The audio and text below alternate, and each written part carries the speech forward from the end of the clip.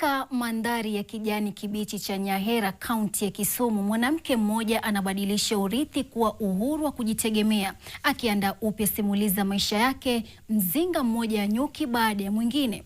Kutoka kwenye hali ya sintofahamu hadi kujitegemea, safari ya Anne Awor ni taswira ya ustahimilivu wa ukimya, ushuhuda wa nguvu ya ardhi, bidii na ujasiri wa kuanza upya. Oka Ukusa anatuletea simulizi hii ya kuvutia.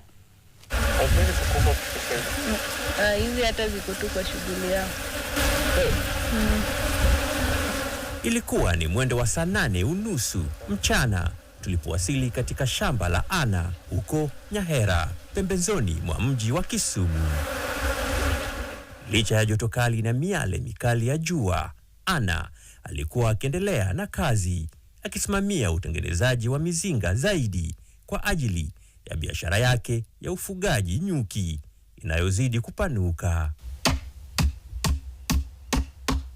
Safu za mzinga zimesimama kwa utaratibu katika sehemu moja ya kipande hicho cha ardhi cha ekari 5. Mwezi huu Anna anatunza jumla ya mizinga 21, ikiwemo kundi jipya la nyuki wasio na mwiba.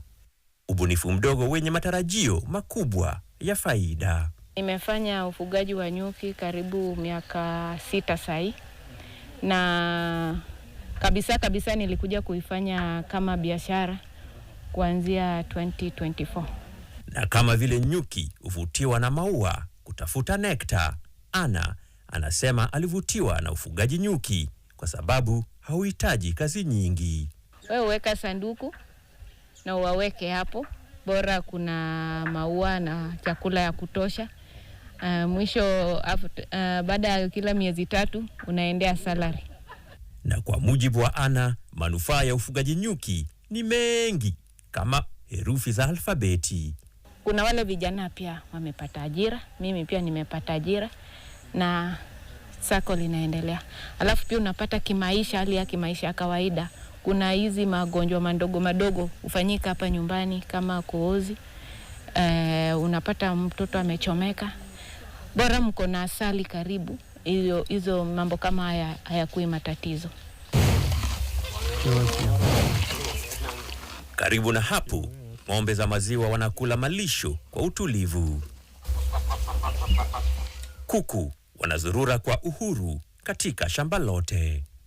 Na mita chache tu kutoka kwenye banda la ng'ombe, mistari iliyopangwa vizuri ya mboga na mazao ya matunda inaenea kuelekea upeo wa macho, ikichora picha ya ustawi iliyostawishwa kwa subira na juhudi za kudumu. Nilianza na ufugaji wa samaki. Nikaona mimi kama mimi ilikuwa too expensive, nikaacha. Nikaanza kuingilia mboga, then ndio nikakuja kwa nyuki.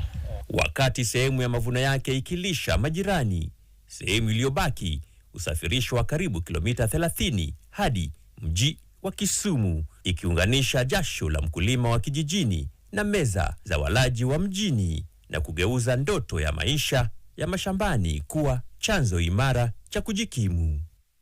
Nikiripotia NTV Mashinani kutoka hapa Nyahera, jina langu ni Ouko Okusa.